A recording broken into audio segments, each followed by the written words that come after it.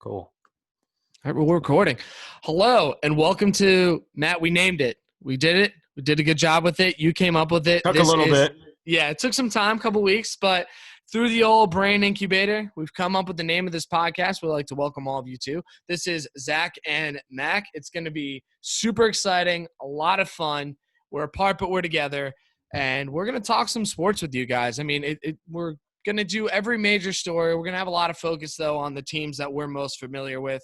I'm up in the New York, New Jersey area. Matt's down in the Baltimore, DC, Philly type of area. So we'll kind of blend all those in for the most part. You'll see that a lot today, especially in our pick segment at the end. But first and foremost, I'm Zack Smolen. I did some broadcasting for the Leesburg Lightning and the Leesburg Storm in the Florida Collegiate Summer League, also with the New Jersey Jackals. If you're just listening on Spotify, I'm pointing to my Jackals hat. And I do some broadcasting in the New Jersey area, also a little bit of hockey. And I'll let Matt introduce himself. Yeah, I'm Matt McClure. Just graduated from Penn State. I worked at the Florida Collegiate Summer League the last 2 summers, and I worked with Zach actually last summer.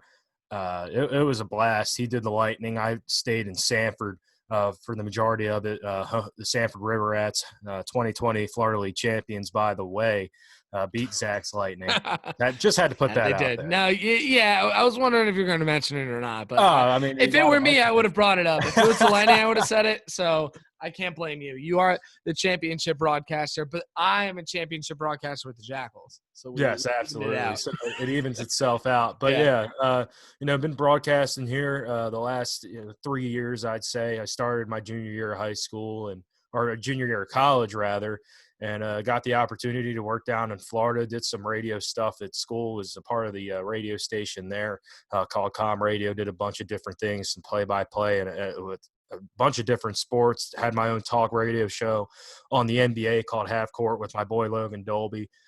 If he's listening, shout out, man. That was a great show. And we're back at it here. Zach and Mac podcast. We had different names. Maybe we had a few names that we were possibly throwing out there, but Zach and Matt just kind of flows the best, the rhyme. Oh, and absolutely. It's got some rhyme, some rhythm. We were considering reprising a play on our name from our Florida League podcast called Florida League Fridays. Going to call them Florida League Wednesdays because it's recorded on a Wednesday. But that wouldn't make any sense. Nobody would get it. Maybe we'd run into some copyright issues with Stefano. I don't think he'd be too mad about that. Stefano Foggi, of course, our boss with the Florida Collegiate Summer League. Great guy. So, that's a pretty well-run organization. Let's talk about a poorly run organization to get things kicked off. And we're going to start up in my area with the New York Jets. The Jets announced that they have set Le'Veon Bell free. They released him. He was disgruntled. They looked over trade options. There probably wasn't a lot because, his contract was huge and he didn't really have a lot of numbers because they didn't use him correctly. And, Matt, this is another bad signing by the Jets. They can't get it right. CJ Mosley, he opted out. He was hurt all last year. The team is just a complete disaster. So let's get started right there with Le'Veon Bell. And first off, I'm happy for him that he's gone, could go to a contender, maybe contribute somewhere else. But it's really a blemish on this team. First, Jamal Adams leaves, forces his way out, and now Bell. Matt, how are they supposed to get good talent to want to come here? I have no idea. You brought in Le'Veon Bell he was going to bring a different kind of something there at running back for the Jets after what he did in Pittsburgh. I mean, he was dominant in Pittsburgh, and he comes to the Jets, and it just doesn't go good at all. And the thing with the Jets is they let Jamal Adams walk, or he forced his way out of New York. You kind of see Le'Veon Bell doing the same thing here. How about Anthony Barr a few years ago when he was about to sign with the Jets, and then he backed out and signed that deal with the Vikings? Thank God he did that because who knows where he'd be right now. He wouldn't be in a Jets uniform. That's for sure. So this Le'Veon Bell thing, it didn't work out at all. I mean, like you said, happy he's out. Adam Gase and this front office, why do you even bring him in? If you sign him in, you sign him for 4 years, over $50 million. You bring him in, and then not even a year and a half later, you get rid of him. It just makes no sense. It makes no sense. You're right. But here's the problem with that. So Douglas and Gase didn't actually sign Bell. And this is where the issue of an organization as a whole comes into play. So that was when McCagnon was Mike McCagnon out was there. the, They had fired yeah. Todd Bowles, and then they brought in Lev Bell. And then they hired Gase. So like, cool, we got our offensive star to help Darnold, and now we're bringing this offensive guru, Adam Gase. He can come in, and we'll see what they can get done. But then, of course, Gase comes in, stages a coup, and gets McCagnon kicked out. A power struggle right out of the gate, out of the gate. Right away. And I was like, I remember listening to it on New York Sports Talk Radio and being like, this is a total disaster. First off, Mike McCarthy practically begged to be a Jet. He's like, I'll only go here. God knows why he wanted to do that. So he wanted to come to the Jets. They said, no, we're going to hire Adam Gase, who, stumbled his way out of Miami. And they said, don't let the door hit you on the way out. Bring in Gase, not even a full year after, he had just been fired. Now they hire him. And then, and immediately things didn't go well with Bell. Le'Veon Bell averaged a career low in yards per game. No 100-yard rushing games after seemingly doing it every time in Pittsburgh. Every game in Pittsburgh. He was the best running back in the league. This was before McCaffrey and Saquon and Zeke really started taking their stride. Bell was the guy. You watched him move through that offensive line, nice and patient. He was always open in the backfield for Big Ben. And the Jets, in his last game, he was targeted once in the passing game. So good for him to get out of there. And before we move on to how bad the Jets are, I think that we need to kind of jump into the speculation about where he might go. Right.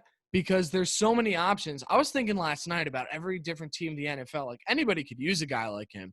But, Matt, before I throw my opinions in there, I want to ask you, where do you think that Lev Bell could go? Because I think if he goes to a contender, he can put them from here to here because he's that talented still. Yeah, no, I think you're right on with that. He can be a difference maker for a team that's trying to contend for a championship. And, I could see him going to maybe like an LA Chargers because you see what they have there in LA. Well, no Austin Eckler right now, and the backups are in, and they're doing an okay job. Kelly over there, and they kind of have a 1-2 punch maybe here with Eckler and Kelly. But imagine having Eckler and Le'Veon Bell. They kind of had that, maybe not so much with Melvin Gordon and Eckler, and that worked out pretty well. So you look at it that way. I kind of like LA being a possible landing spot for him. Now, that's not really a contender, but a team that he could help out with some of the injuries they got in LA with Eckler being out. So and Keenan Allen who just got hurt on Monday Night Football as well. So they kind of need a playmaker to help out Justin Herbert. Herbert's legit, by the way. He showed that on Monday against the Saints. But I think Lev Bell could end up there. That could be a good landing spot for him. As for maybe being a more of a contender team, maybe the Bucks, but they already kind of did that with Leonard Fournette. Yeah. So that really probably isn't a good spot. Maybe the Bears too. Yeah, the Bears could be really good. Yeah, the Bears could be a spot. Cohen. They got Tariq Cohen, but without him, he's hurt. Without him, Nick Foles and him, I think the Bears, honestly, now that I'm really thinking about it, the Bears could use a guy like Le'Veon Bell. I mean, think about it. Their defense is next level good, that Bears defense, or they're known for being good. Right. When they went to the divisional playoff game, or no, it was the wild card game against the Eagles a few years ago, the double doink game, they were a great team because of their defense. They weren't good because Mitchell Trubisky was the quarterback and that offense in Chicago. They were good because of the defense. And imagine if they had some kind of ground and pound type runner where you could give Le'Veon Bell the ball 25 times and say, hey, create for us. I think you could do that. I think the Bears, now that I really think about it, I mean, the Chargers, obviously, he could go and be successful there. Right. But the Bears, I think, is the best landing spot for Bell. How about you? I mean, you could go either way. Well, yeah, you can go almost anywhere. I mean, there's some – I agreed with you with the Chargers if he doesn't end up with a contender, but I think that he'll probably have his options to be able to go some places. The Bucs was pretty cool because they have Fournette, but Fournette's not as big a pass catcher as Bell is. The Bears seem like a lot of fun, like you mentioned. I mean, I was thinking, I'm like, what's the Bears O-line situation? I'm like, you know what? I don't even have to think about that because everybody's offensive line is better than the Jets. So if he has anything better than what the Jets do, then they can throw him in anywhere. My big one is Seattle. I would love to see Oh, Lev that's a good Bell one. in those electric green jerseys showing off some sparks from the backfield. Give Russell Wilson a target back there. Imagine him and Chris Carson Oh God, back that's the there. best. That would be the best. You wouldn't That be able would to be the stop him. best. That would be the best running back tandem in the league. Right. And then you got DK Metcalf, rushing down the field, catching those passes. That guy's enormous. Then you have to worry about Bell catching things out. And especially with a resourceful quarterback like Russell Wilson that doesn't even need a guy like Bell. If you give him somebody like Bell, his ability to improvise goes through the roof. And he's already having an MVP type of season. If you give him a Le'Veon Bell, that offense is unbelievable. And they're going to need the offense to be unbelievable because their defense has not been great. They're a far cry from what the Legion of Boom have been. Had been way back in the day. It seems like it was just yesterday, but it was about 7-8 years ago when they had all those guys together. So it'd be really cool to see him go over there. I'm looking through my notes again. Another spot I could see him going is New England. Now, the Patriots, it would be a big slap in the face of the Jets if they go and pick him up, but they're the kings of buying low on a player. Oh, yeah, like look what they did with Cam. A lot of people were ruling him out, being like, he's done. I'm like, I remember thinking, I don't really know. This guy's very talented if he can bounce back from the injury. And here he is bouncing back from injury. He's changed that offense. They're 2-2 to start the season, but he didn't start their fourth game. That was Hoyer and Stidham kind of going back to back. In the Chiefs game that they probably wouldn't have won anyway, but if Cam were in, it would have been a little better. But add him to that backfield. They have White, they have Burkhead, throw Bell in there. And you got Newton running around. You got Bell running around. This team already rushes incredibly well. I believe they're second in the league in rushing yards per game. So I'm going to have to double check that because if I'm out here making claims, I want everybody to think this is a credible podcast. Instead of that, because I feel like I just wrote it down. But yeah, if the Pats pick them up, that changes their offense too. And I think that could help them challenge the Bills, whose defense hasn't been that as great as we thought they were. So I don't know. I think you'd end up with New England, man. No, I agree with you there 100%. New England's the kings of doing that. You saw they brought in Antonio Brown. They'll do anything. Well. Yeah, they'll do anything. They brought in Cam. But you'd have a triple threat there at running back because they like giving the ball to Burkhead a lot, and James White's kind of like their pass catcher out of the backfield.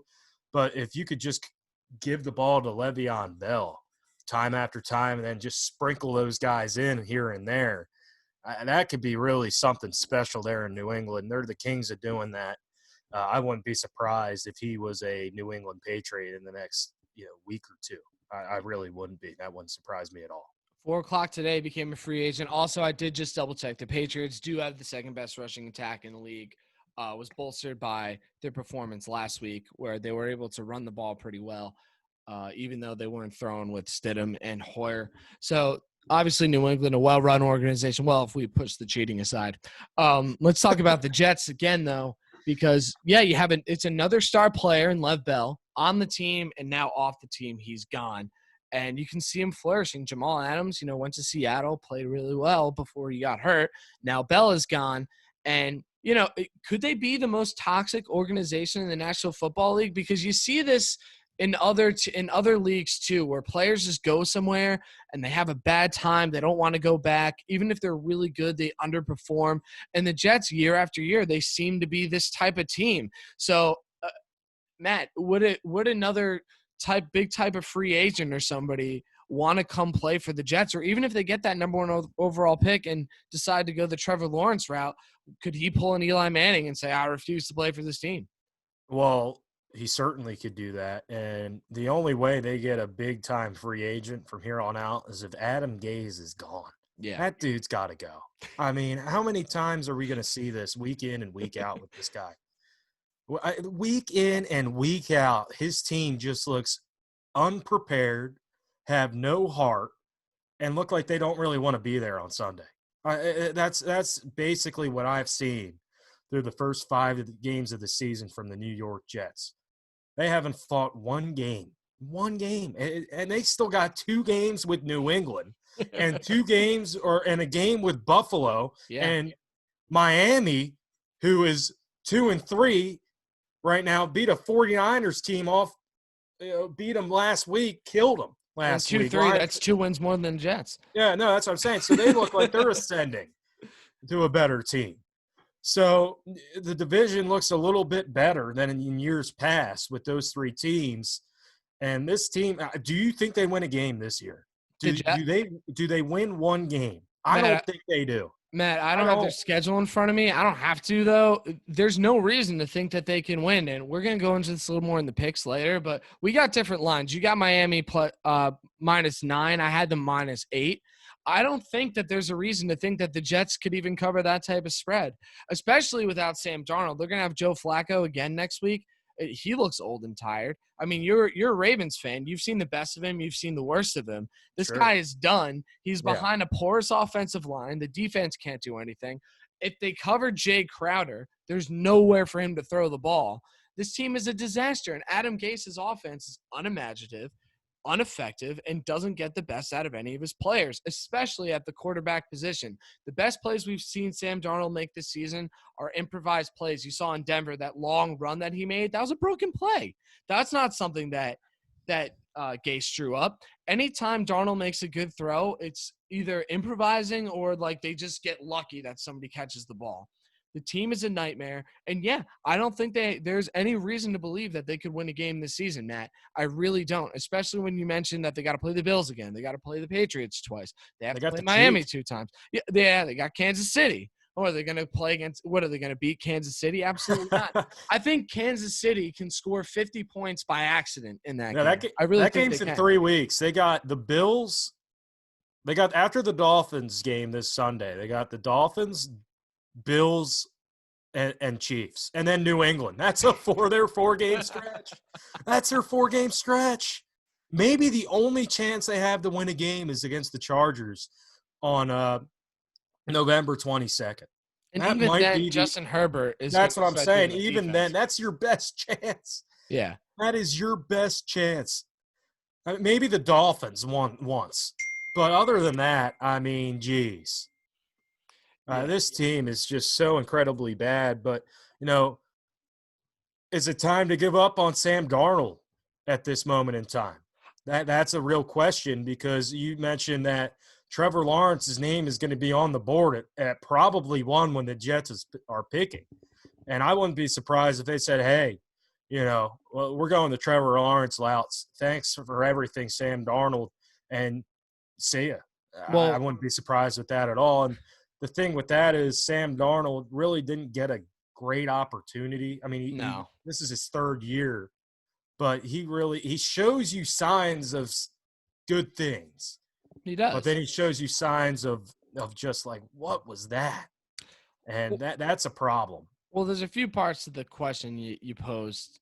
But, first and foremost, it all depends on what Joe Douglas wants to do, because Gase is going to be gone after next year. And remember, Darnold is not Douglas's guy. He's McCagnon's guy.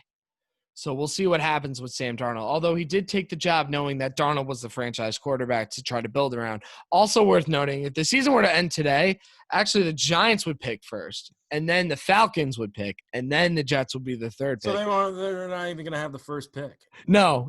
Well, although there's reason to think the Giants will win a game, maybe some games. There's reason to think that the Falcons will win a game, maybe some games.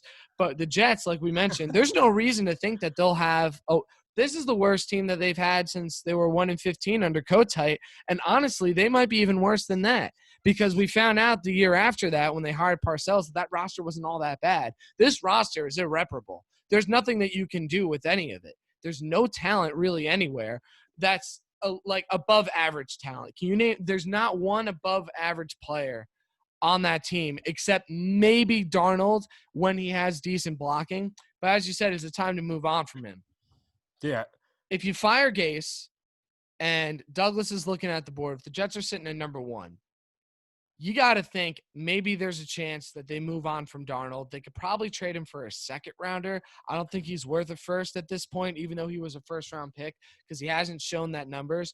But if you can move him, get Trevor Lawrence in there, now you have an extra second rounder. You can pick him. You can use both your high twos in that case on more offensive linemen, build up that line. And I know Jets fans don't want to hear this, but you got to rebuild again because they didn't get it right this time. They didn't get it right the time before. And they got to do it. I feel bad for Sam, but honestly, I think that the best thing for him as a player would be to maybe get moved to another team. Maybe he ends up in Indianapolis. Maybe he ends up a 49er, a team that needs a quarterback moving forward because the Niners look like they might not be with Jimmy G long term. They might be getting sick of it.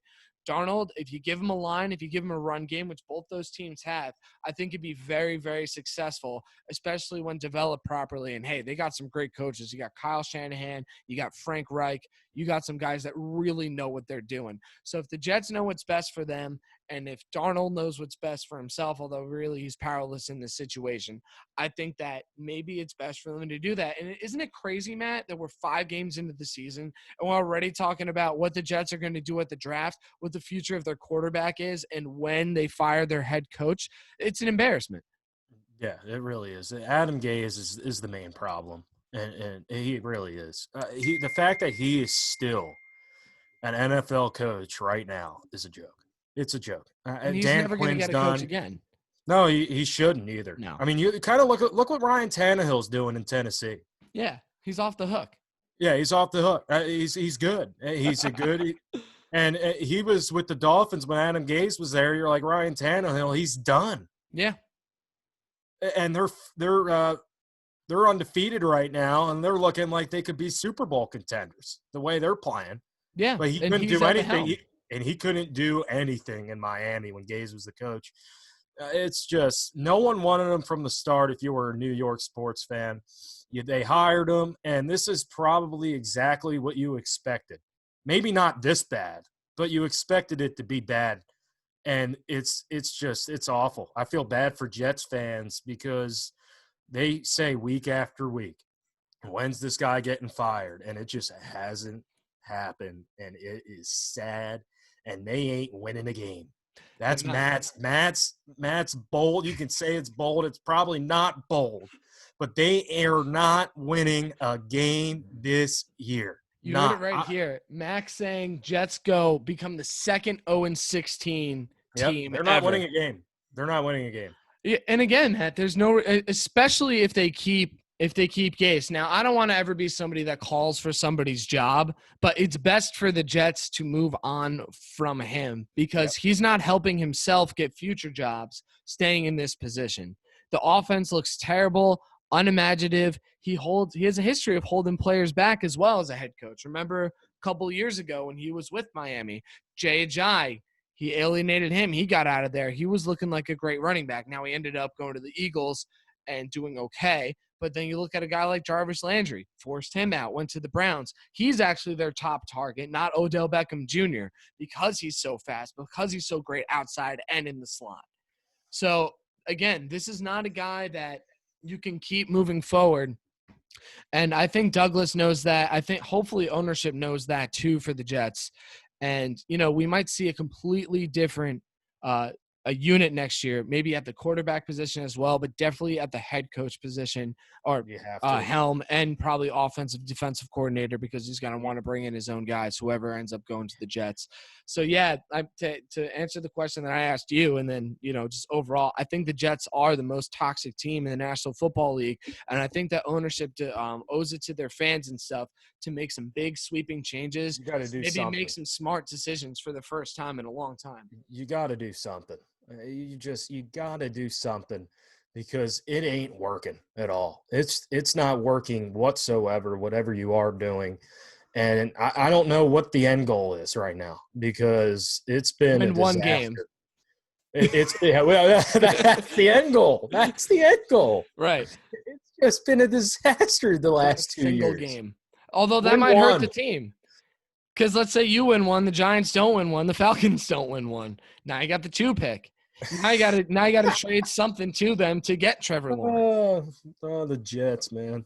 It's a nightmare, and I'm telling you, up here, I feel bad for my friends and family that are Jets fans. And listen, I'm a Giants fan. I love the Jets. When they were in those AFC Championship games, I was thrilled, and the Giants were a good team at the time because New York football means a lot to me, or New Jersey football means a lot to me.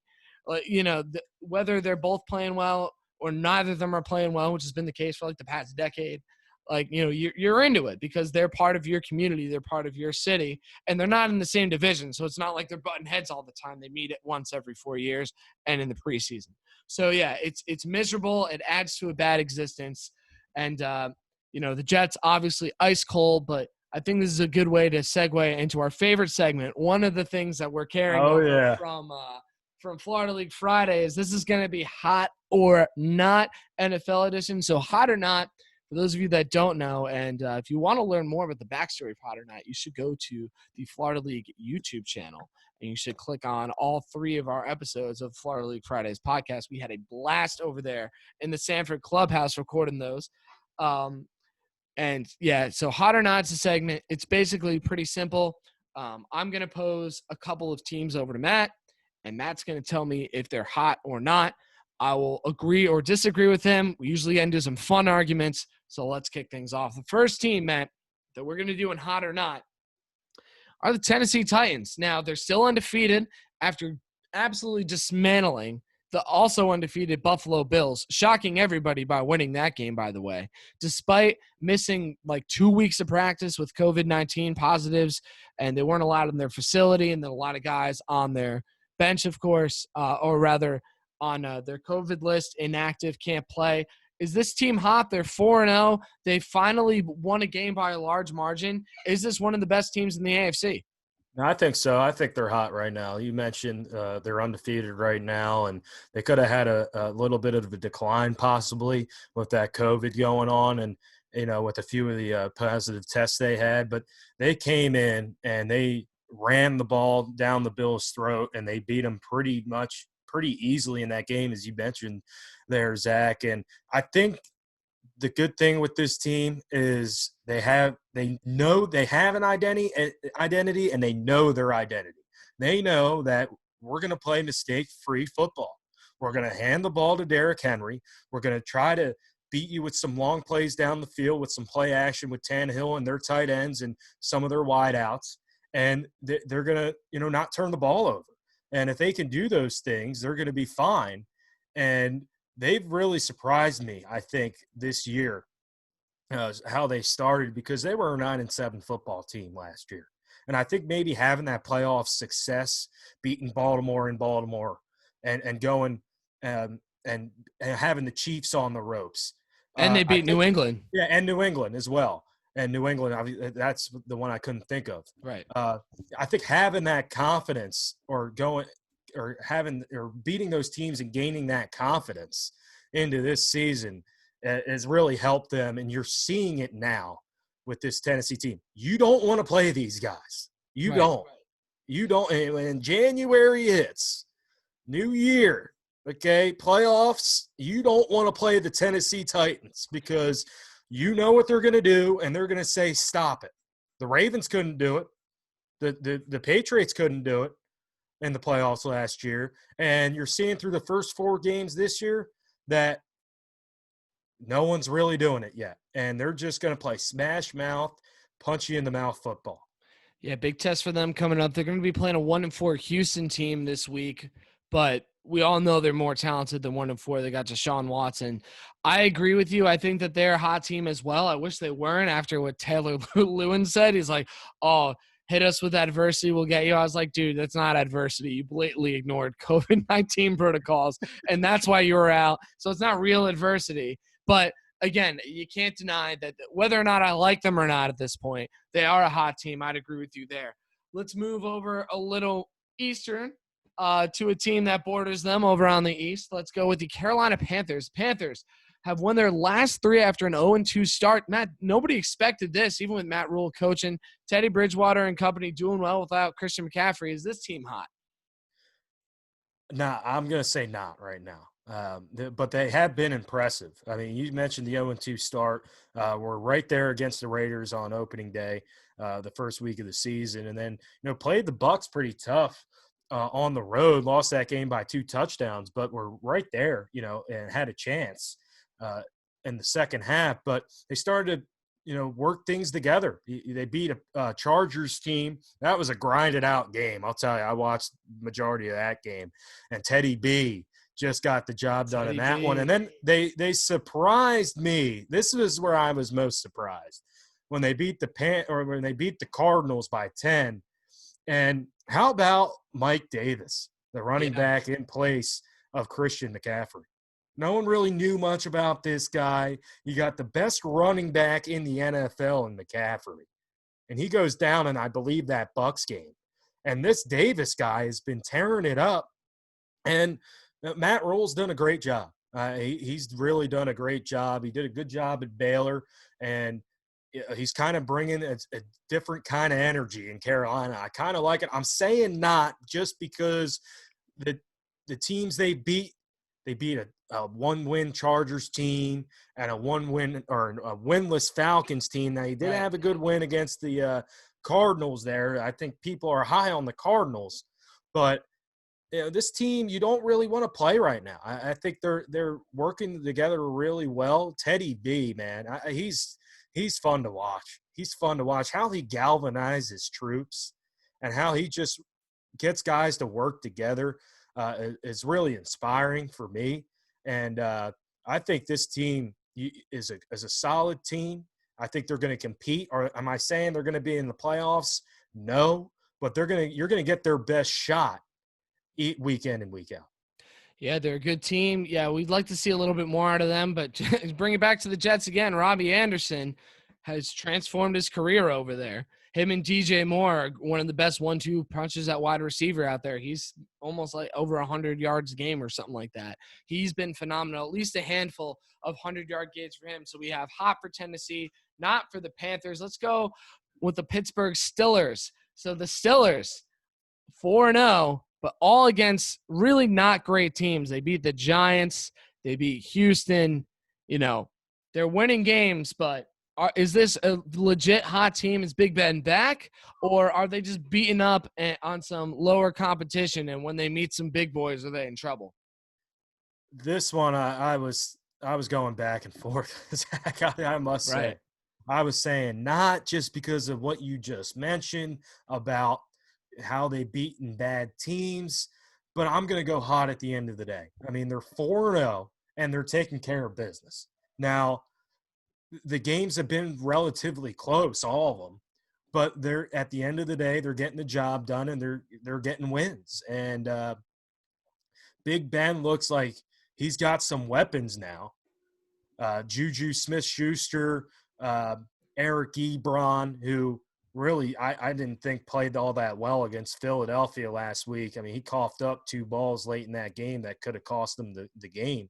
But Chase Claypool, how about that? They've been talking about him all over Philly sports radio this week. Like, who is this guy?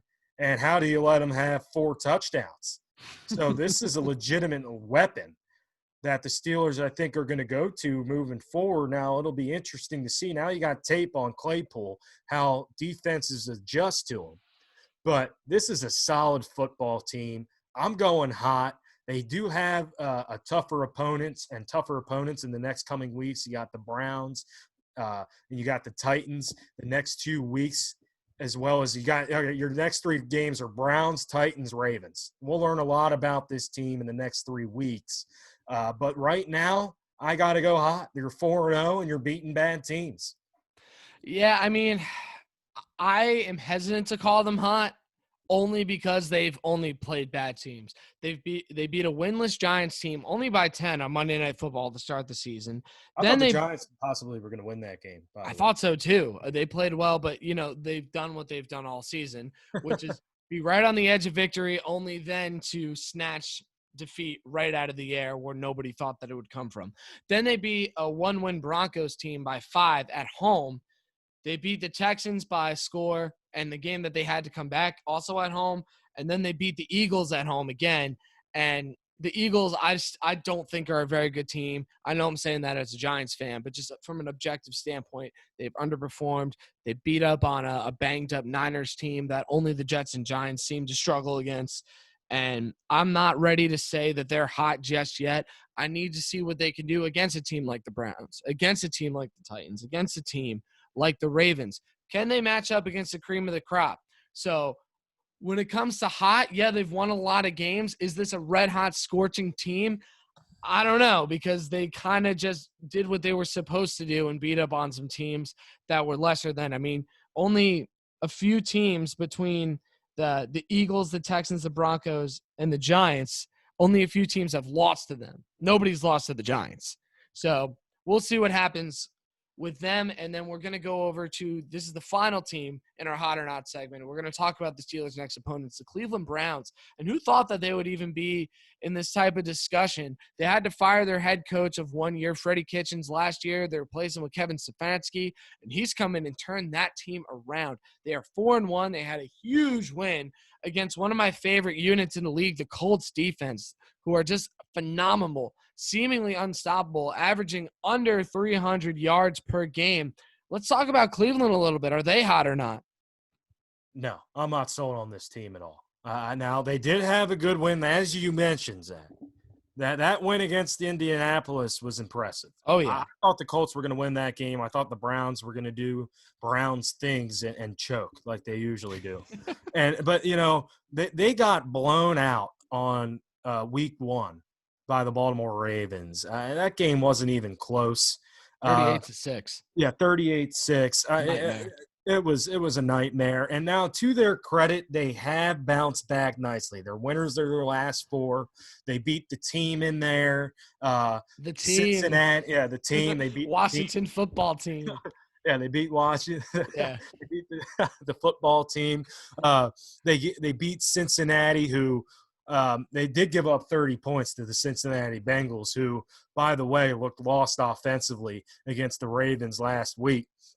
But they beat the Bengals. They beat the team.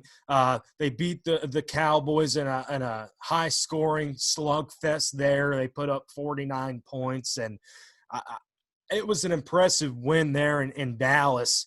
And then you go on and you play the Colts at home, and their fans are pumped up. I was pretty pumped up to watch that Colts-Browns game. I'm like, hey, this is a good game. Did they have fans there? Yeah, they did. I think they had like 10,000 there or okay. close to it. I don't know. I'm having a hard time keeping track. I just know that we're not having any in Jersey. Yeah, no, the Philly is starting to have fans this week. The Ravens, the link. Yeah, they'll have fans there. But I like you said, Zach. I like this Colts team a lot. I like that defense. But Phillip Rivers did Phillip Rivers things. He's a great quarterback, and he throws for a ton of numbers, but when you need Phillip Rivers to do something, he just can't get the job done. Throwing that pick 6 in the second half to start, then he takes a safety on an intentional grounding. Yeah. You know, those were 2 killer plays for the Colts, and you got to give the Browns credit. They did a good job, and this was a good win, and when they needed a first down late in this game to seal the game, they got it.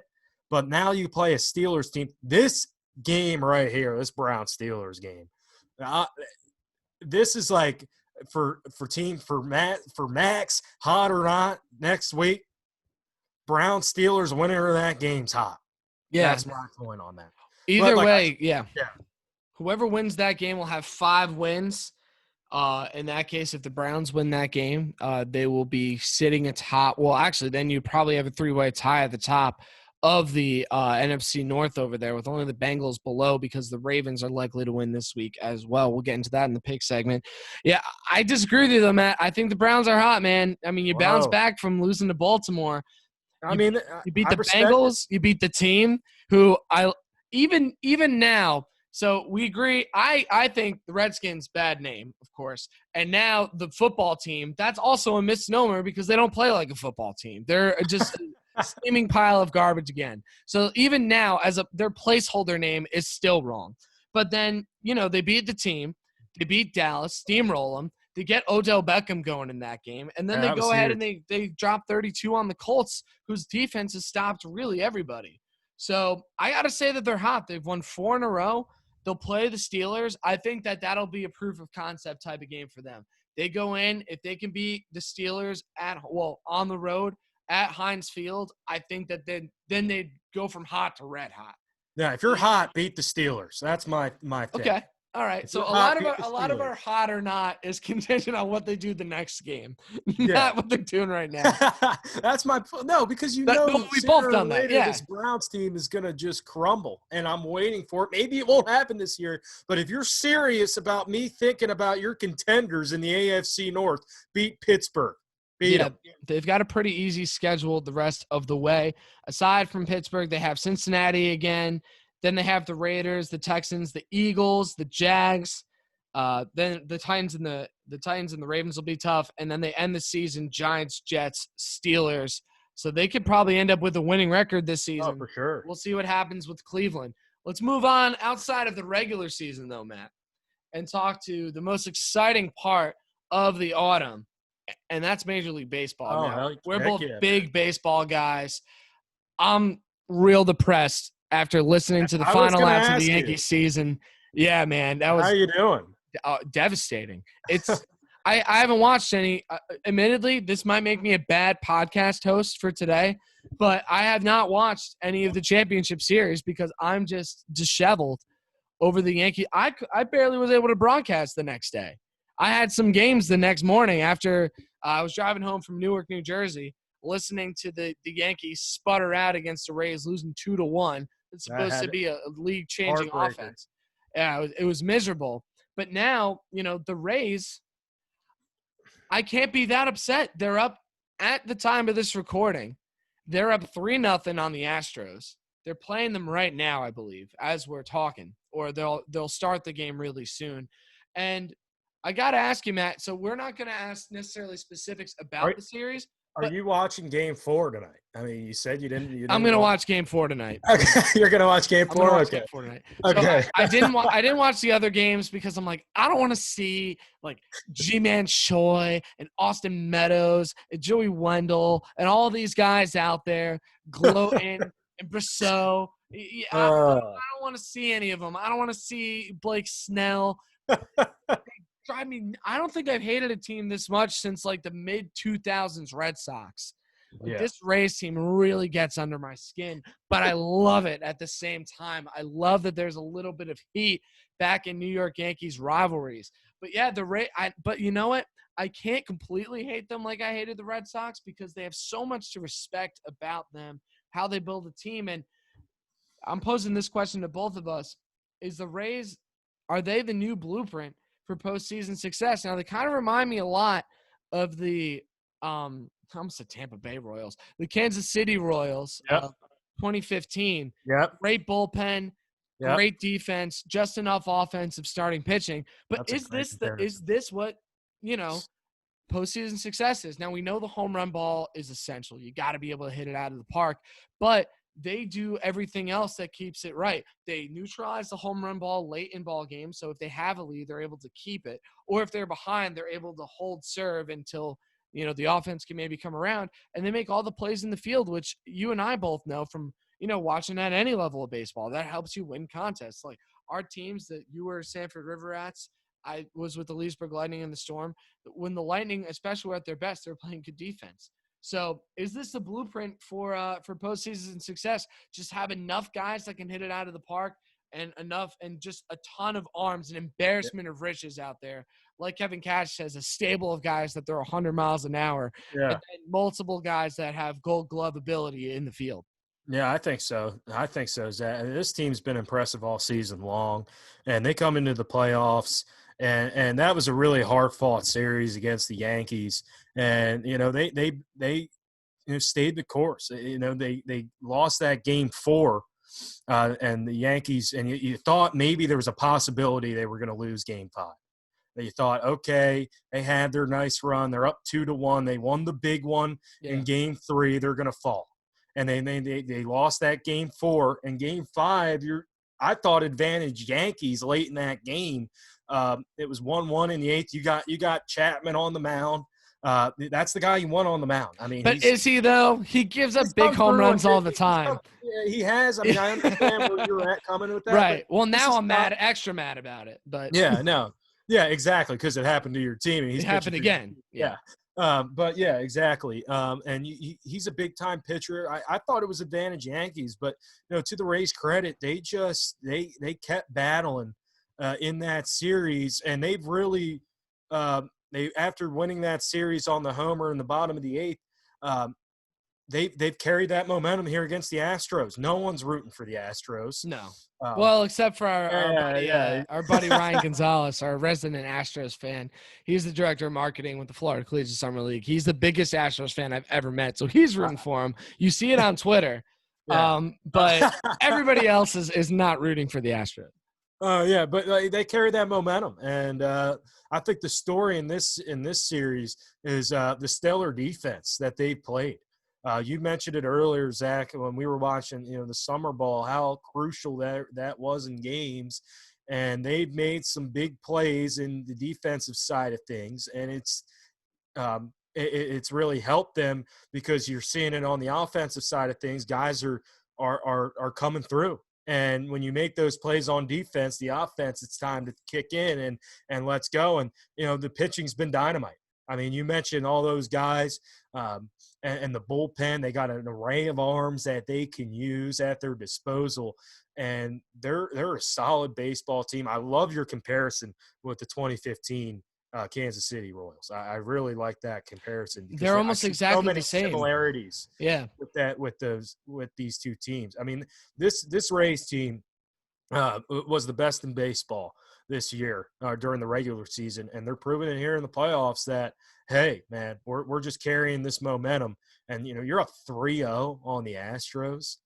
You're one game away from getting to the World Series for the second time in your franchise history. I mean, make it happen. I'm rooting for them. I mean, I hope they get the job done, and we'll see, because the Astros are going to fight. Maybe they won't win. They might win a game or two, but they're going to have to finish this series off like they played the first 3 games. I'd like to see the Braves win the World Series, but I really would like if the Rays made it there. I don't want them to win because they're in my division, but I think that they're a really talented group, and because of the way they play the game the right way, they definitely deserve the good things that come to them. But this Atlanta team looks like a lot of fun. And let's move over and talk about their opponents for a little bit. So the Atlanta Braves, again, at the time of this recording, up 2-0 in the series. Although now I'm looking down at my phone right here at some of the scores going on, and they are just getting thrashed by the Dodgers right now. Is it 12-0? Yeah, I think they scored 11 runs in the first inning, something like that. But anyway. Wait. So they gave up 11 runs. They did the same thing against the Cardinals. Yeah, they did. Remember that? They definitely did. What? Yeah, I don't know. I don't know what's wrong with this team. That could be a series changer. That is just unbelievable. I think it could be. I mean, when you scored that many runs. That could be a complete momentum swing in this series. I thought the Dodgers were done. Yeah, and maybe no Kershaw in game 2. Oh, man. That's a concern. But but now this alleviates that, though, because you don't have to burn bullpen arms in this game. You can just have somebody come in and throw a bunch of innings. And the big problem with Kershaw not giving you anything in game 2 because he's out the back spasms was that, oh no, we can't have Buehler and Kershaw both give us big starts. But yeah, now that loosens it up. But I wanted to talk about what happens if the Dodgers do lose the series, though, because I think it's worth talking about. We're talking about Adam Gase of the Jets being on the hot seat, but I think another hot seat in sports is Dave Roberts. Matt, if they lose this series and they don't make it to the World Series, or if they even get to the World Series and lose the World Series, is Dave Roberts done? He was gifted one of the most talented rosters all the way around, defensively, offensively. And now they added Mookie Betts as well, and with the pitching staff and with the bullpen, and they can't get it done and win a World Series. So is he done, or are the Dodgers going to be like, all right, that's it? You literally have everything you need to win and can't get it done. Is that going to be it for Dave Roberts if they don't win it all this year for the first time since '88? That's tough. That is so tough, man, just because they could have done that years ago. It seems like, just because this Dodgers team, as you mentioned, has been one of the best in the MLB the last, probably decade. probably. They The win the last NL 10 West years. seemingly every season. It's just it's crazy how talented they are year in and year out. And you add guys like you mentioned, Mookie Betts in this year, and he's a big time player coming from Boston. You Bellinger and some of those other guys they got, Turner. I mean, the list goes on and on Yeah, with this. Seager, Uh, Muncy, Will it's Smith. The it's whole crazy. team, the whole lineup is bananas. They all Yeah. Jock Peterson. They all hit dingers, man. Yeah, they're a fun team to watch. But They are a fun when team to it's watch. time to step up in the bright moments and the bright lights, this team just comes up small year in and year out. And I think it's definitely something they should consider, possibly, or they probably considered it in the past, getting rid of Dave Roberts. But this guy is a good coach, a good manager, and I think I don't think the Dodgers fire him if they don't win it this year. I will say that. But time's ticking, man. How Yeah. many more years are you going to do this? Is it going to be? I mean, I wouldn't be surprised if he was gone this year if they lose. But if he isn't, if he stays, even though they lose, and then the same thing happens next year, the question arises again. Is Yeah. it time? Is it game over for Dave Roberts? It's going to be very interesting. I don't think they're out of this series by no stretch. Well, especially after scoring all those runs. And that, like you said, you telling the score, that game completely changed what I thought. I thought the Right. Dodgers were done, man. I really did. I said 2-0, Braves got them, and then the Braves do this. You got to be kidding me. I'm ticked off of the Braves right now that they did that. I'm not even – I'm kind of rooting for the Dodgers just because I don't like the Braves that much being at NL East. And I have respect. I like the Phillies, so I'm not rooting for the Dodgers or the Braves rather at all. But dang, man, what are you doing? Yeah, I don't know. I don't know what the Braves' problem is. Although with the Dodgers falling behind 2-0, if anybody knows that no deficit is insurmountable in the series, it is Dave Roberts, who was on that 0-4 Red Sox team that came back down 0-3 against the Yankees and, made a very young Zack Smolen weep profusely in front of his television for 4 different nights. We've all been there, man. Yeah, I guess. I mean, the the New York football teams are making me do the same thing this year, although I'm kind of becoming numb to it at this point. So maybe it's a little different. Some of the emotion's been taken out of it. But I think that he might be gone too. I mean, we've seen a lot of managers that underperform in the postseason get bounced. I mean, Joe Girardi, who was a win away from Yankees to the World Series in 2017, he was out. Now, also the Yankees say that they kind of have a thing with managers being there for only 10 years, but I think they also wanted, they wanted a fresh start. They wanted to see if Boone could do the job, and he hasn't really done it. A guy that I like to turn to is like Dusty Baker, also with the Reds. Remember Cincinnati? They had a bunch of 90-win seasons in a row. They made it to the playoffs, but they kept getting bounced. So then they fired him. But then they were never the same. And they had a talented roster too. Oh, yeah. So that's always the risk is, the roster is really, really talented. But is this manager the guy that's kind of been keeping it all churning? And maybe this is their cap. Now, you look up and down this roster, it's better than that Reds roster in the early 2010s.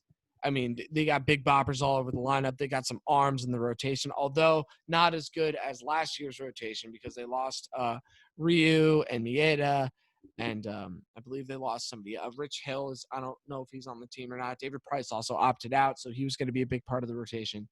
But, I think that, it's tough to fire somebody after this type of season, the COVID season, 60 regular season games, and then a crazy, weird postseason. But at this point, when you make it to the NLCS Championship Series, it's the same except it's at a neutral site. And they're down there in Texas. They're facing the same adversity the Braves are. And, if Roberts fails to do it again, I think that his job might be in some severe jeopardy. Yeah, no, that's for sure. To your point that you just made, this is neutral site. It's a neutral site. And the best team wins. Yep. You got all that talent on your roster. Get the job done. There's no home field advantage. Get the job done and take care of business. If they lose this series, it would be devastating for Dodgers fans. It would be. It would be. You know what else would be devastating, Matt, if we didn't get to our pick segment before the end of thing comes out. So now we're going to do a little NFL picks. We're going to do the cliche sports talk radio thing. And this is the reason why we're recording on a Wednesday, because even though there's no Thursday night game this week, we want to make sure that these get up in time for everybody to see. Maybe we can help you guys out if you live in New Jersey, or I believe Pennsylvania's got sports betting too, right? They do. Yeah, if you live in any of our home states, maybe we'll help you make some money. I don't like to bet on sports, but hey, if that's your that's not true. Super Bowl, absolutely. But people like to do it. I like to at least make some picks. It makes it a little more interesting for me. So let's get right to it. So our rules for our NFL picks are that Matt and I will each pick 3 games, any games we want. And then we also pick 2 more games. We have to pick each of our local games. So I have to pick the Jets game and the Giants game. Matt has to pick the football team game and the Baltimore Ravens game. So that's the rules, the way it goes. We'll have 5 picks each. We're going to keep track of our wins and losses throughout the season so we can gloat, showboat. Maybe we could have a punishment for a loss, a reward for a win. I don't know. We'll talk about that maybe next time on the air. I think that could be a lot of fun. So let's get rolling with it. And Matt, do you want to go first with your picks? Oh, yeah, absolutely. I'm going to start off. Big Mac's picks of week 6. You know what the deal is Big Mac's picks. Let's see them.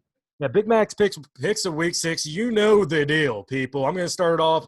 Ravens travel to Philly to face off the Philadelphia Eagles. Ravens minus 7.5, money line for the Eagles plus 290, over under 47.5. I like the Ravens to win and cover this game minus 7.5. They've just dominated pretty much this year, other than the game against the Kansas City Chiefs where they looked lost offensively.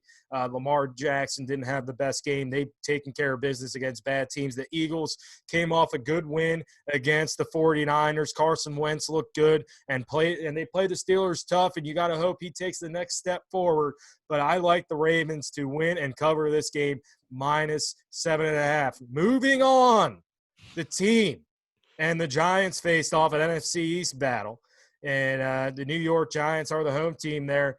Giants minus 141 on the money line. I got minus 2.5 here, Zach. You got 3 on your card. Yeah, I had them on 3. We're gonna go with either one if you. Yeah. So all right, we'll go. I got DraftKings Sportsbook here. Okay. But anyway, the team plus 2.5. I like it.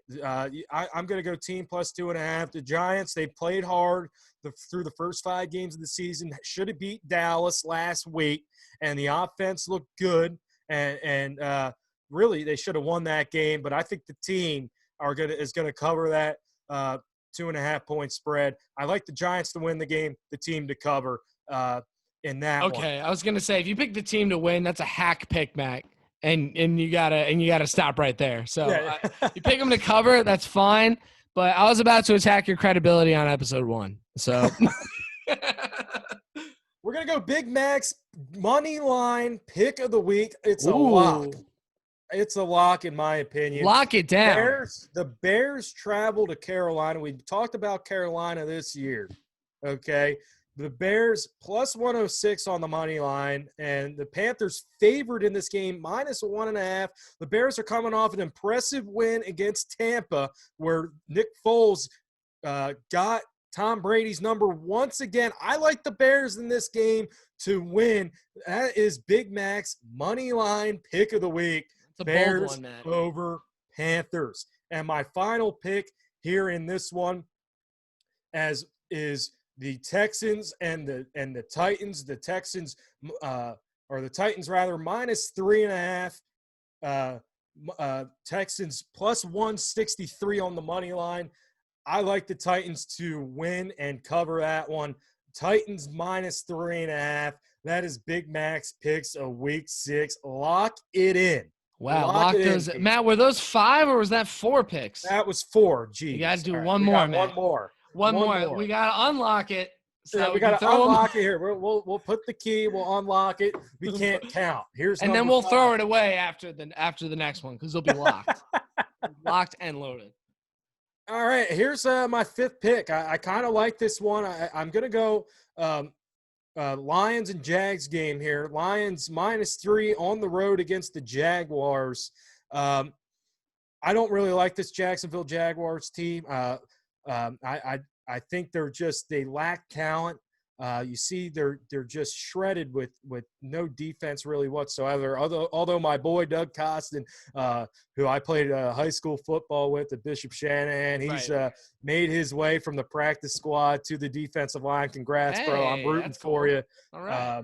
So Doug, man, tear it up. But I think the Lions beat the Jags, win and cover this game -3. So that is Big Mac's 5 picks of the day. Lock it in, people. We can lock it now. Are you sure? We can lock it in. All right. We'll lock it down.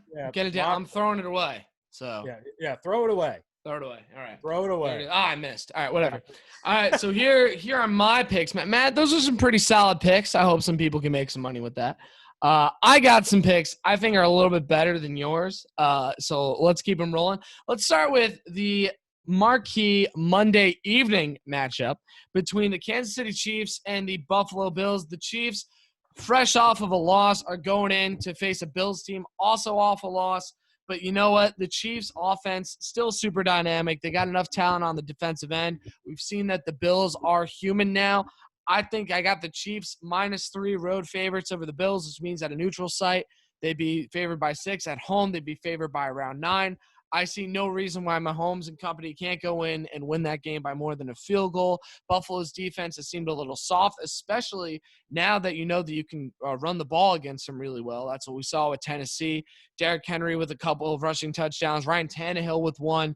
No reason why Clyde Edwards-Helaire can't get the job done over there. I got the Kansas City Chiefs -3. Now the Baltimore Ravens, Matt's team.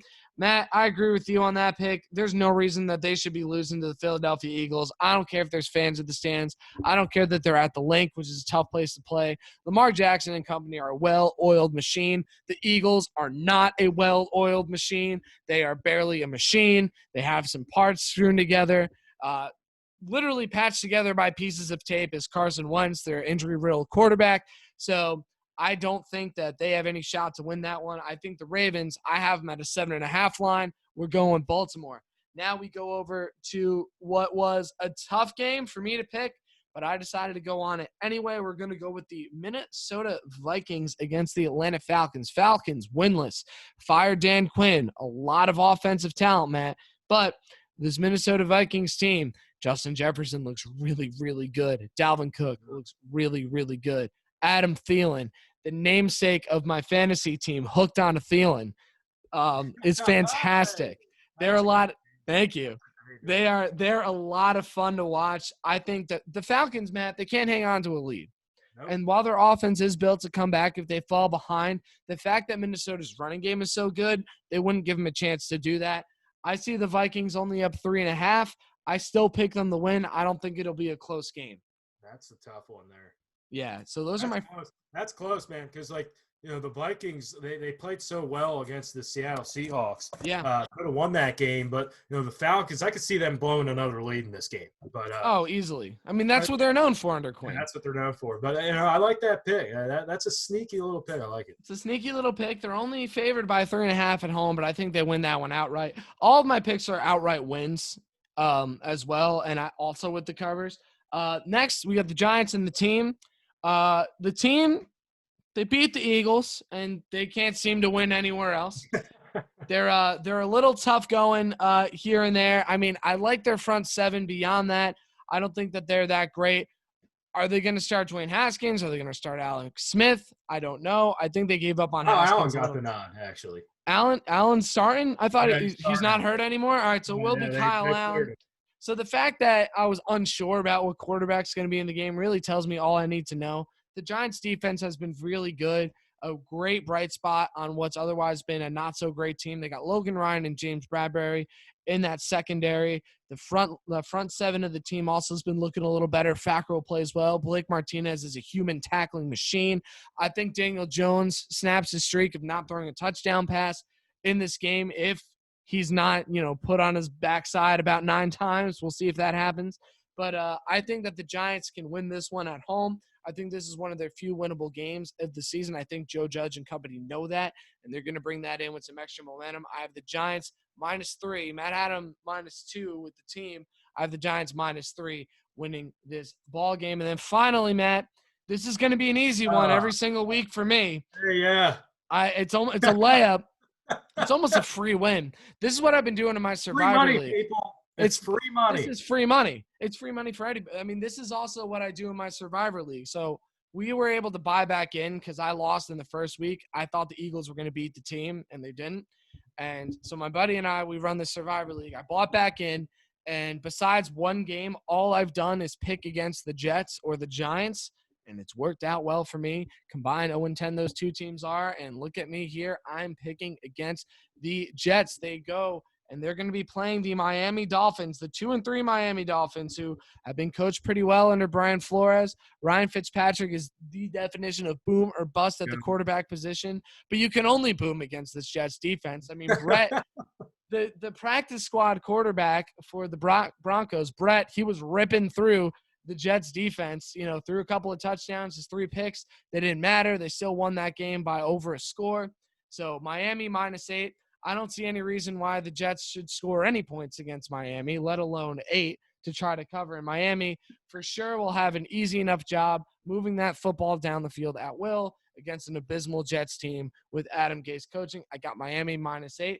That's it, Matt. You want to recap your picks? I'll recap mine so the people at home know what to write down on their cards. Yeah, you started off. All right. So I got the Chiefs -3. That's a lock. Ravens -7.5. That's a good one. Vikings -3.5. Matt even endorsed that, so that's a sneaky pick. The Giants -3. That might have you on the edge of your seat a little bit, but then my favorite pick of the week is Miami -8. I think that they're going to bust open this Jets team. The Jets don't play teams close. They're not going to play a division opponent close, and Miami's going to hold on to the ball really well and beat down on the Jets. That's my favorite pick of the week. Matt, run down to your 5.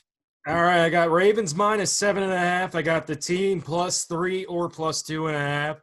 I got the Chicago Bears money line pick of the week. You got to take that one, people. I think the Bears are legit a little bit. They beat that Bucs team, people. Bears money line. I got the Texans and Titans game. I got the Titans -3.5 in that one, and I got the Lions -3 against the Jaguars on the road. Those are Matt's. They're big backs. Picks of week 6, man. I mean, let's get it. Big Max picks. Maybe we can get a sponsorship out of that. I did just eat a meal from the Golden Arches before this game. Got me all hyped up and ready to go, rather before this podcast, treating it like a game.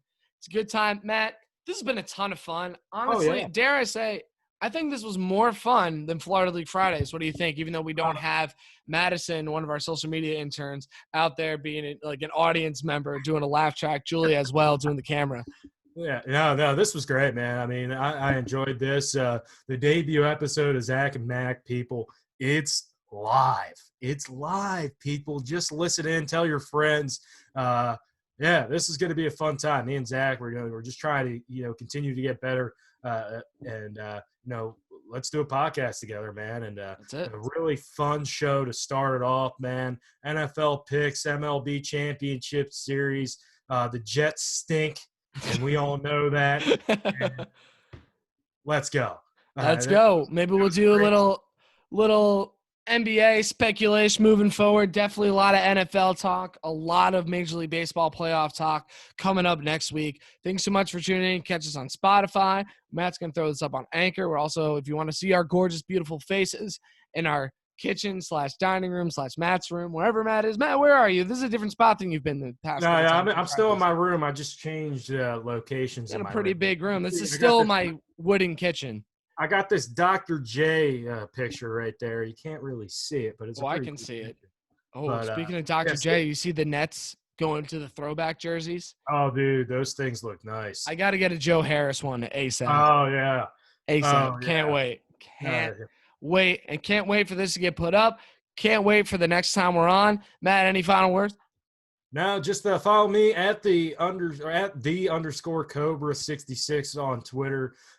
Tweet a little bit sports stuff. You know what the deal is. We'll see you again next week. This has been a good one. Yeah, this has been a great one. You can also find me at Smolen Sports. That's Smolen. And you know how to spell sports. You're a sports fan. And yeah, thank you all so much for tuning in. It's been a blast. We'll see you again next week. Try to upload these on Thursday so that we can get those picks in ahead of time. And until next week, stay frosty.